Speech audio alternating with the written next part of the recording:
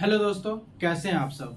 उम्मीद करते हैं आप लोग अच्छे होंगे। स्वागत है आपका अपना यूट्यूब चैनल ज्ञान तुलसी पे। तो आज मैं फिर आ गया हूं पॉलिटी का नेक्स्ट वीडियो लेकर के, जो हम आप लोग को पढ़ाएंगे 1935 का भारत शासन अधिनियम। इससे पहले हम लोगों ने 1773 के रेगुलेटिंग एक्ट से लेकर के 1919 के मॉन्टेग्यू चेम्सफोर्ड अधिनियम तक पढ़ लिया था। अब हम लोग पढ़ेंगे 1935 का भारत शासन अधिनियम। 1935 का भारत शासन अधिनियम, ठीक है। शुरू करने से पहले मैं आप लोग को एक बात बता देना चाहता हूं कि आप लोग पूरा वीडियो देखिएगा और ठीक आप लोग कैसे पढ़ाया जाता है और किस प्रकार से एग्जाम में क्वेश्चन आता है, सारे क्वेश्चन को आप लोग ध्यान से देखिएगा। मैं हर बार जब भी कोई पॉइंट होता है तो मैं उसका क्वेश्चन बताता हूं कि इस प्रकार से एग्जाम में क्वेश्चन पूछे जाएंगे या पूछने की संभावना है, ठीक है। तो चलिए बढ़ते हैं। आज हम लोग पढ़ेंगे 1935 का भारत शासन अधिनियम।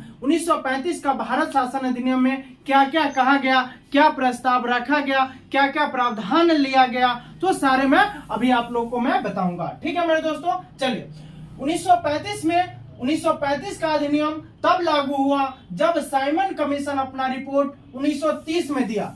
उसी के आधार पर जब साइमन कमीशन अपना रिपोर्ट 1930 में दिया तो साइमन कमीशन के रिपोर्ट के आधार पर ही भारत शासन अधिनियम 1935 बनकर के तैयार हुआ, ठीक है। इससे पिछले वीडियो में 1919 का जब मैं मॉन्टेग्यू चेम्सफोर्ड अधिनियम पढ़ाया था, भारत शासन अधिनियम पढ़ाया था, तो आप लोग को बताया था कि 1927 ईस्वी में साइमन कमीशन आयोग का गठन किया गया था। 1927 ईस्वी में साइमन कमीशन आयोग का गठन क्यों किया गया था, तो 1919 का भारत शासन अधिनियम के जांच के लिए किया गया था। 1919 के भारत शासन अधिनियम के जांच के लिए 1927 में क्या किया गया था, साइमन कमीशन का गठन किया गया था, साइमन कमीशन रिपोर्ट का गठन किया गया था। लेकिन साइमन कमीशन भारत कब आया, तो साइमन कमीशन 1928 ईस्वी में भारत आया था, ठीक है। साइमन कमीशन का गठन 1927 ईस्वी में हुआ, लेकिन साइमन कमीशन भारत कब आया, 1928 ईस्वी में। और साइमन कमीशन 1919 के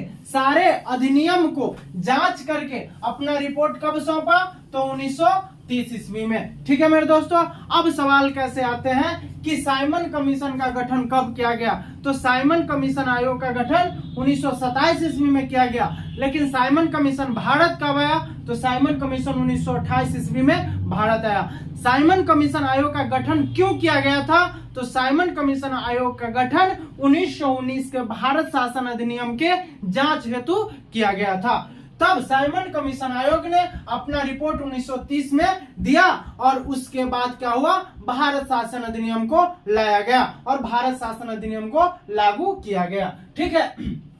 आगे है ब्रिटिश सरकार द्वारा पारित यह सबसे बड़ा अधिनियम था। ब्रिटिश सरकार द्वारा पारित यह सबसे बड़ा अधिनियम था। जब यह अधिनियम लाया गया तब हमारे देश में इतने विरोधी छिड़ गए थे, मतलब इतने भारत के आजाद के लिए इतना स्वतंत्रता सेनानी लोग आ गए थे कि पूरा भारत अब लग रहा था कि आजाद हो जाएगा। उस समय ब्रिटिश सरकार द्वारा यह अधिनियम जारी किया गया था और यह अधिनियम ब्रिटिश सरकार द्वारा 1773 से लेकर के 1919 तक का अधिनियम से सबसे बड़ा अधिनियम था, ठीक है। आगे इस अधिनियम में प्रस्तावना का अभाव था। इस अधिनियम में प्रस्तावना नहीं था।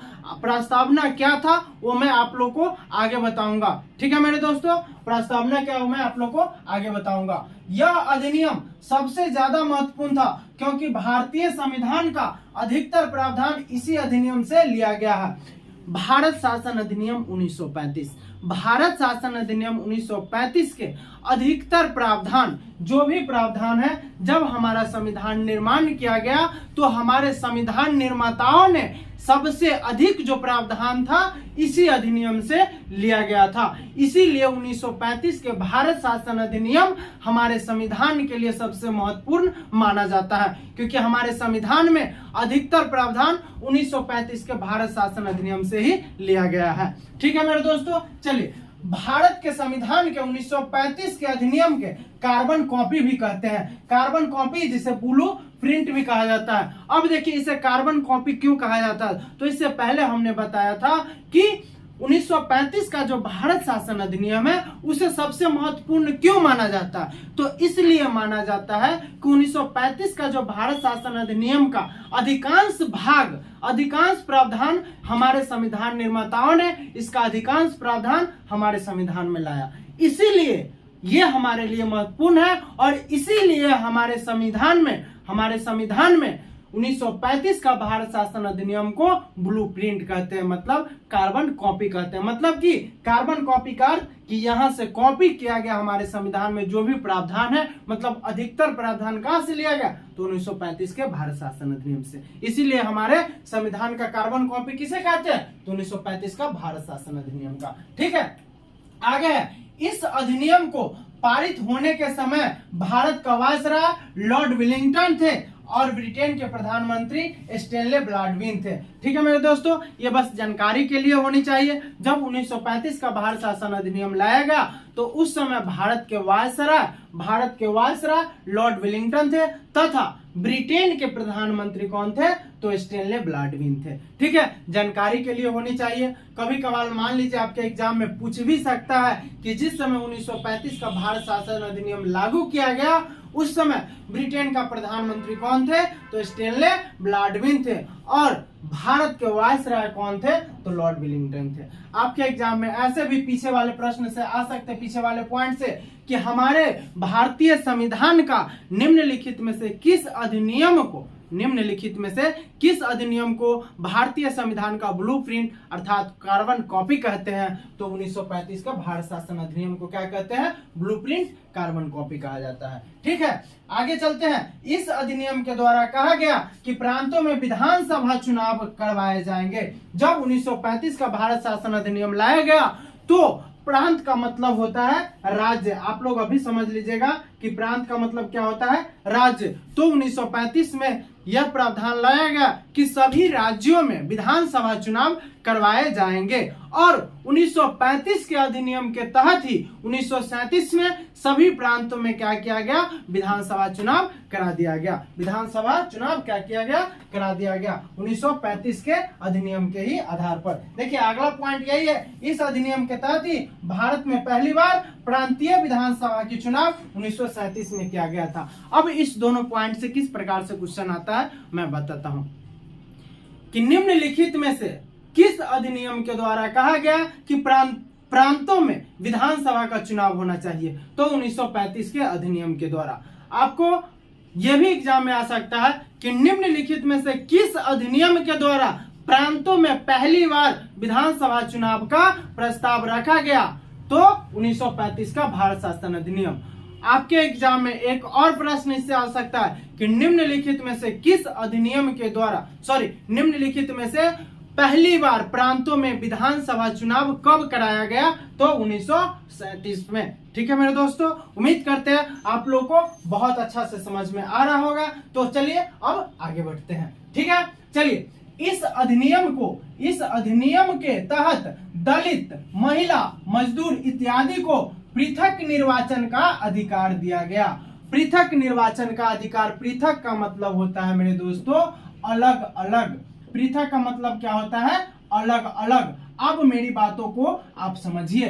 पहली बार मुस्लिम लीगों को, मुसलमानों को पृथक निर्वाचन का क्षेत्र का व्यवस्था किया गया। उसके बाद बौद्ध, ईसाई, जैन और आंग्ल भारतीय लोगों को भी पृथक निर्वाचन का व्यवस्था किया गया।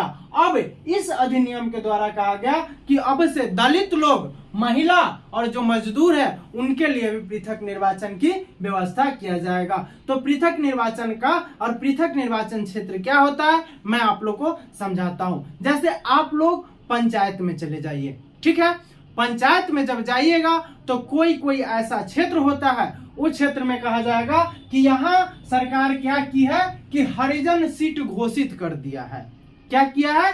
हरिजन सीट घोषित कर दिया है। अब वहां क्या होगा कि वहां कोई दूसरा व्यक्ति खड़ा नहीं हो सकता है। जो लोग हरिजन होंगे वही खड़ा हो सकते हैं, अर्थात जो एससी एंड एसटी होंगे, मतलब जो दलित वर्ग के लोग होंगे वही खड़ा होंगे। आप ठेठ भाषा में ऐसे कह सकते हैं कि कभी कभी आप लोग पंचायत में देखे होगा, जब पंचायत चुनाव होता है तो कहा जाता है कि इस पंचायत में हरिजन सीट घोषित कर दिया है मुखिया को, तो सिर्फ हरिजन लोग चुनाव लड़ेंगे। तो वही मतलब पृथक निर्वाचन क्षेत्र, एक अलग क्षेत्र घोषित कर दिया।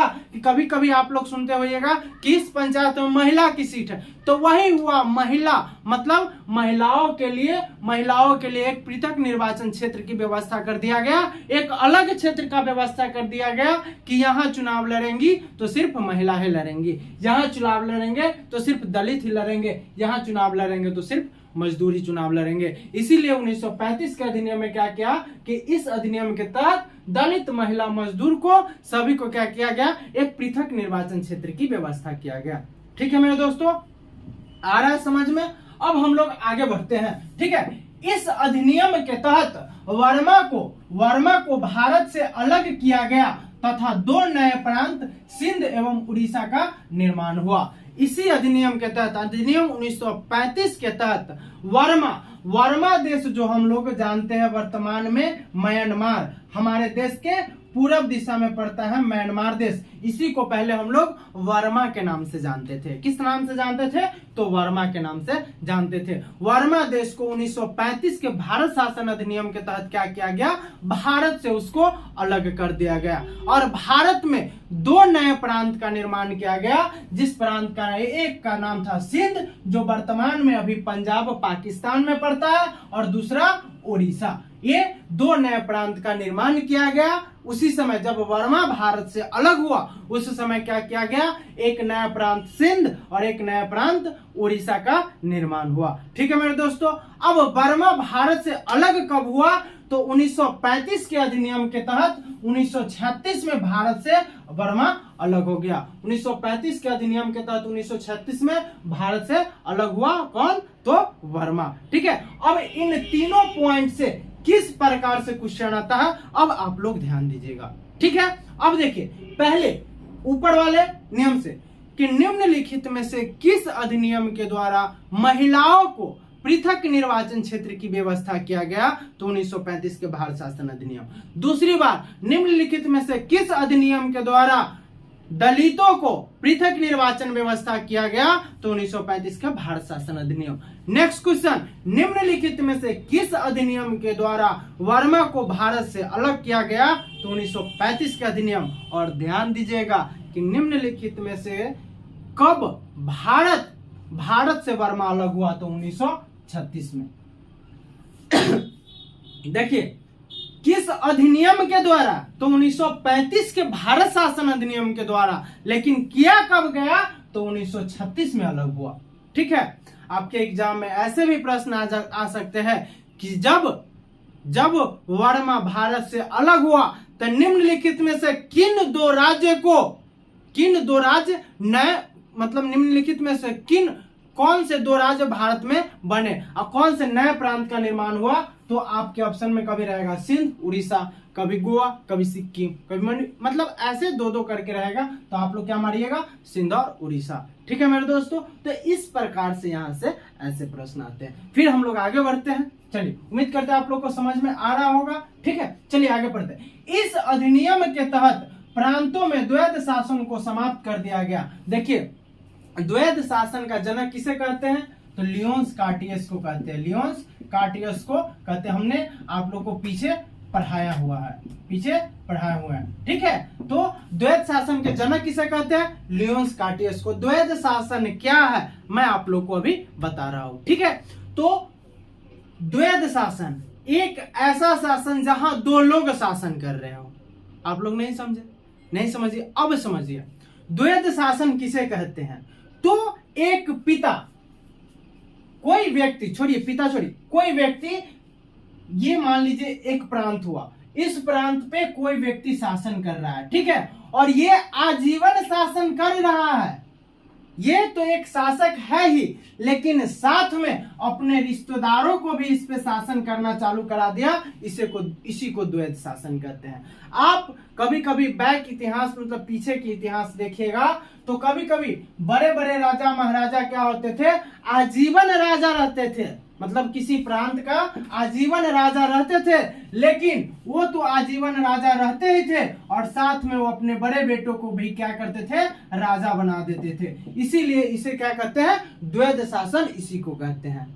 ठीक है, तो पहली बार द्वैध शासन के जनक किसे कहते हैं, तो लियोन्स कार्टियस को कहते हैं। तो बंगाल में पहली बार द्वैध शासन किसने लगाया था, तो लॉर्ड क्लाइव ने 1765 ईस्वी में लगाया था, लेकिन वारेन हेस्टिंग्स ने 1772 ईस्वी में द्वैध शासन को समाप्त कर दिया गया था। तो द्वैध शासन क्या समझ में आ गया।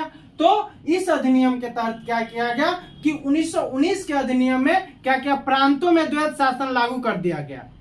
1919 का अधिनियम, इससे पिछले वीडियो आप देखेंगे तो वहां मैंने बताया है कि प्रांतों में क्या किया गया, द्वैध शासन लागू किया गया। जब 1935 का अधिनियम लाया गया तो जब 1935 का भारत शासन अधिनियम लाया गया तो क्या कहा गया कि प्रांतों से द्वैध शासन को समाप्त कर दिया जाएगा और केंद्र में क्या किया जाएगा, द्वैध शासन लागू कर दिया जाएगा 1935 के अधिनियम के तहत। ठीक है, अब आगे भारत में मुद्रा एवं साख पर नियंत्रण करने के लिए, मुद्रा एवं साख पर नियंत्रण करने के लिए भारतीय रिजर्व बैंक की स्थापना किया गया। तो भारतीय रिजर्व बैंक की स्थापना कब किया गया, 1 अप्रैल 1935 ईस्वी को भारतीय रिजर्व बैंक की स्थापना किया गया। ठीक है मेरे दोस्तों, तो यहां से कैसे प्रश्न आते हैं कि प्रांतों में द्वैध शासन को समाप्त करके केंद्र में द्वैध शासन लागू किस अधिनियम के द्वारा किया गया, तो 1935 के अधिनियम के तहत।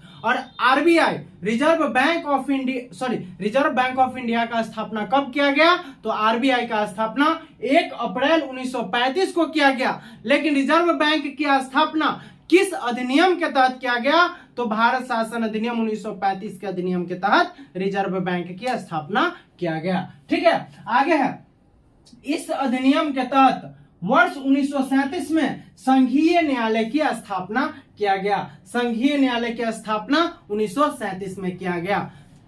देखिए, संघीय न्यायालय की स्थापना किस अधिनियम के तहत किया गया, तो 1935 के भारत शासन अधिनियम के तहत किया गया। लेकिन संघीय न्यायालय की स्थापना कब किया गया, तो संघीय न्यायालय की स्थापना 1937 में किया गया। ये सब बातों पे थोड़ा सा गौर से ध्यान दीजिएगा। जब भी आप एग्जाम में जाते हो, जब भी आप एग्जाम देने जाते हो, तो पहले क्वेश्चन पढ़िए कि क्वेश्चन क्या कह रहा है, क्वेश्चन को समझिए। कितना बच्चा जब जाता है एग्जाम में तो क्या होता है, क्या 2 से 4 वर्ड पढ़ा, हाँ संघीय न्यायालय की स्थापना कब किया गया। अब ऑप्शन में है 1935 के भारत शासन अधिनियम, ऑप्शन 1 ए में है 1935 के भारत शासन अधिनियम, अब तो मार दिया। अब वो ऑप्शन ना बी पढ़ता है, ना सी पढ़ता है, ना डी पढ़ता है, अब बस मार के आ गया, यहाँ कुदरा वाह मार के आए। जब वही आंसर सीट आता है तो मिलाता रही तो हम सही मार के आए हैं, अरे सही टिक लगा के आए तो गलती कैसे हो गया। उस समय गौर से क्वेश्चन पढ़ता है, एकदम ध्यान से क्वेश्चन पढ़ता है कि आखिर पूछा क्या था, मेरा गलती कैसे हो गया। तब पढ़ता है तो कहता ओह सही से क्वेश्चन पढ़ ले रहती तो याद हो गया, मार दे ले रहती सही। तो यही बात है, जब भी आप एग्जाम में जाते हो तो अच्छे से पहले क्वेश्चन पढ़िए, उसको समझिए और तब सारा ऑप्शन पढ़िए। जो 4 ऑप्शन दिया रहता है, चारों ऑप्शन पढ़िए, क्वेश्चन क्या कर रहा है और उसका उत्तर कहां जाएगा। ठीक है, तो कभी कभी होता है कि थोड़ा सा क्वेश्चन टेढ़ा कर दे और एग्जामिनर ऑप्शन नंबर ए डाल दे, तो आप लोग क्या करते हैं कि ऑप्शन ए को पढ़े, टिक लगाए और चलते बने। नहीं, क्वेश्चन पढ़िए, क्वेश्चन क्या कह रहा है कि संघीय न्यायालय की स्थापना किस अधिनियम के द्वारा किया गया, तो 1935 के अधिनियम के द्वारा। लेकिन संघीय न्यायालय की स्थापना कब किया गया, तो 1937 में किया गया।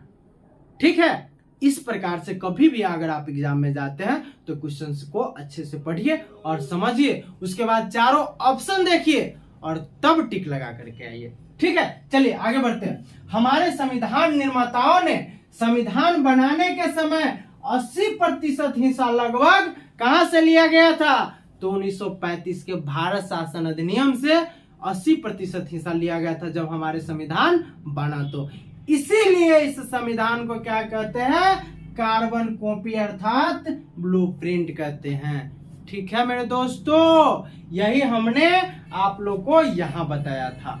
ठीक, तो मैंने बता दिया यहां से किस प्रकार से क्वेश्चन आता है। इसमें एक अधिनियम और है, जो अधिनियम है 1947 का भारत स्वतंत्रता अधिनियम। ठीक है, तो आप लोग क्या कीजिए, इसे स्क्रीनशॉट मार लीजिए। स्क्रीनशॉट मार करके क्या कीजिए, आप अपने कॉपी में नोट्स बना लीजिए अच्छे से। और अभी जस्ट मैं क्या करता हूं, आपको 1947 का भारत शासन अधिनियम पढ़ा देता हूं। ठीक है, बस उसके बाद अधिनियम खत्म हो जाएगा, तब हम लोग चलेंगे संविधान के स्रोत, संविधान निर्माण प्रक्रिया, हमारे भारत में किस प्रकार से संविधान निर्माण की प्रक्रिया शुरू हुई, वो हम लोग चलेंगे। बस एक अधिनियम है, इसी वीडियो में सोच रहे हैं कि आप लोग को अधिनियम खत्म कर दे, उसके बाद आगे चलेंगे भारत का संविधान निर्माण प्रक्रिया में। ठीक है, चलिए आगे है क्या है, हम लोगों ने क्या पढ़ा, अब पढ़ेंगे 1947 के भारतीय स्वतंत्रता अधिनियम। ठीक है, तो ये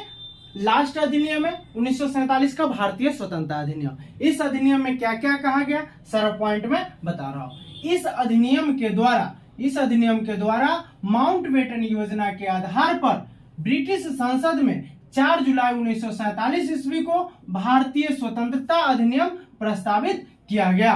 माउंटबेटन योजना 3 जून, माउंटबेटन योजना कब लाया गया था, तो 3 जून 1947 ईस्वी को। माउंटबेटन योजना कब लाया गया था, 3 जून 1947 ईस्वी को। तो माउंटबेटन योजना के तहत ही 4 जुलाई 1947 ईस्वी को ब्रिटिश संसद में एक प्रस्ताव रखा गया कि अब भारत को आजाद कर दिया जाएगा। तो 4 जुलाई 1947 को क्या किया गया, स्वतंत्रता के लिए प्रस्ताव रखा गया। तो इस प्रस्ताव को 18 जुलाई 1947 को क्या किया गया, ब्रिटिश संसद में स्वीकृत कर लिया गया। माउंटबेटन योजना उस समय 1947 में भारत के वायसराय कौन थे, तो माउंटबेटन थे। 1947 में भारत के वायसराय कौन थे, तो माउंटबेटन थे।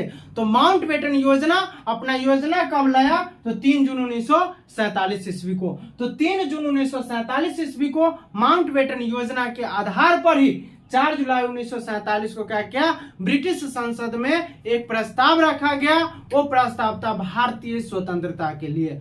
उसी प्रस्ताव को ब्रिटिश संसद द्वारा 18 जुलाई 1947 को क्या किया गया, स्वीकृत कर लिया गया। और इसी अधिनियम के तहत जब 18 जुलाई 1947 को भारतीय स्वतंत्रता प्रस्ताव स्वीकृत कर लिया गया, तो 15 अगस्त 1947 को भारत को आजाद कर दिया गया। और इसी अधिनियम के तहत भारत का विभाजन तथा पाकिस्तान का निर्माण हुआ। किस अधिनियम के तहत, तो 1947 के भारतीय स्वतंत्रता अधिनियम के तहत। अब किस प्रकार से कैसे प्रश्न आते हैं वो पहले समझिए। पहला प्रश्न कि भारतीय स्वतंत्रता के लिए निम्नलिखित में से किस योजना के तहत प्रस्ताव लाया गया, तो माउंटबेटन योजना के तहत। माउंटबेटन योजना का निर्माण कब हुआ, तो 3 जून 1947 ईस्वी को। अब भारतीय स्वतंत्रता के लिए ब्रिटिश संसद में प्रस्ताव कब लाया गया, तो 4 जुलाई 1947 ईस्वी को। ब्रिटिश संसद ने भारतीय स्वतंत्रता के प्रस्ताव को स्वीकृत कब किया, तो 18 जुलाई 1947 को। और 15 अगस्त 1947 को हमारा देश आजाद हो गया। 3 जून 1947 को माउंटबेटन योजना के आधार पर भारत विभाजन की घोषणा हुई। कब, 3 जून 1947 को माउंटबेटन योजना के ही आधार पर भारत विभाजन की घोषणा हुई कि भारत 2 पार्ट में बांट जाएगा, एक पाकिस्तान और एक हिंदुस्तान। तो 3 जून 1947 के माउंटबेटन योजना के आधार पर भारत का विभाजन हुआ। और 4 जुलाई 1947 को क्या किया गया कि प्रस्ताव रखा गया। 18 जुलाई 1947 को प्रस्ताव को स्वीकृत किया गया। जैसे ही स्वीकृत हुआ, तो 14 अगस्त को पाकिस्तान अपना स्वतंत्रता दिवस मना लिया और 15 अगस्त को हिंदुस्तान अपना स्वतंत्रता दिवस मना लिया। ठीक है, तो यहां से इतना ही, फिर आगे पढ़ेंगे। अब सारा अधिनियम खत्म हो गया। अब हम लोग पढ़ेंगे कि हमारे संविधान निर्माण प्रक्रिया, भारतीय संविधान का निर्माण प्रक्रिया किस प्रकार से, कैसे संविधान निर्माण हुआ, वो हम लोग आगे पढ़ेंगे। ठीक है मेरे दोस्तों, अब आप लोग ये भी स्क्रीनशॉट मार करके आप अपने नोट्स बुक में ऐड कर लीजिए। अब आप लोग को हमने 1773 से लेकर के 1773 के रेगुलेटिंग एक्ट से लेकर के 1947 का अधिनियम तक पढ़ा दिया है। अब आप लोग का सारा अधिनियम खत्म हो गया। इस सारे अधिनियम में कौन से प्रश्न किस प्रकार से आते हैं, कहां से आते हैं, सारा मैंने प्रत्येक वीडियो में बताया है। अगर आप ये वीडियो फर्स्ट बार देख रहे हैं तो चैनल को ओपन कीजिएगा, प्लेलिस्ट ओपन कीजिएगा। प्लेलिस्ट में आपका बैच बना होगा पॉलिटी फाउंडेशन बैच, आपको क्लिक कीजिएगा। आपको पार्ट 1 से, पॉलिटी का पार्ट 1 से लेकर के अब तक का वीडियो आपको मिल जाएगा, ठीक है। और अब तक आप पढ़ लीजिएगा किस प्रकार से सारे क्वेश्चन आता है, सारा मैंने आप लोग को बता दिया है, ठीक है मेरे दोस्तों। उम्मीद करते हैं आप लोग को बहुत अच्छा लगा होगा। मैं आपसे एक बार फिर से रिक्वेस्ट करता हूं, आप हमसे एक बार जुड़ जाइए मेरे चैनल को सब्सक्राइब करके, बस फिर आप मन लगा करके पढ़ते रहिए और सारा वीडियो देखते रहिए। मैं आपसे वादा करता हूं कि आपका एक भी प्रश्न आपके एग्जाम में नहीं छूटेगा। मैं आपसे ये भी वादा करता हूं कि एक बार आप सारे पॉलिटी पढ़ लीजिए, उसके बाद आप किसी भी एग्जाम का आप प्रैक्टिस सेट या प्रैक्टिस बुक ले लीजिए। अगर उससे पॉलिटी का एक भी क्वेश्चन छूट गया तो फिर मैं आगे पढ़ाऊंगा history, geography, zoology, physics, chemistry, तो आप मत पढ़ना, मेरे चैनल को अनसब्सक्राइब कर देना। मैं इतना आप लोग को चैलेंज करता हूं, ठीक है। तो आप पहले एक सब्जेक्ट पढ़ लीजिए, उसके बाद क्वेश्चन बैंक उठाइए, प्रैक्टिस सेट उठाइए और उसमें आप पॉलिटी का क्वेश्चन सॉल्व कीजिए। अगर एक भी क्वेश्चन छूट गया तो फिर आप कमेंट कीजिए, ठीक है। कमेंट ही नहीं, मैं अपना नंबर भी पिछले वीडियो में डाल दिया हूं, आप फोन करके सवाल कर सकते हैं, ठीक है मेरे दोस्तों। हाँ, बस मैं हमसे जुड़ने के लिए और कुछ नहीं चाहिए, बस चैनल को सब्सक्राइब कर दीजिए और मेरे अंदर जोश जुनून बढ़ाने के लिए वीडियो को लाइक कर दीजिए, ठीक है। बाकी बात अपने दोस्तों को भी शेयर कीजिए, आप भी पढ़िए, दोस्त भी पढ़े, दोनों मिलकर सफलता पाए, ठीक है। मिलते हैं नेक्स्ट वीडियो में, तब तक के लिए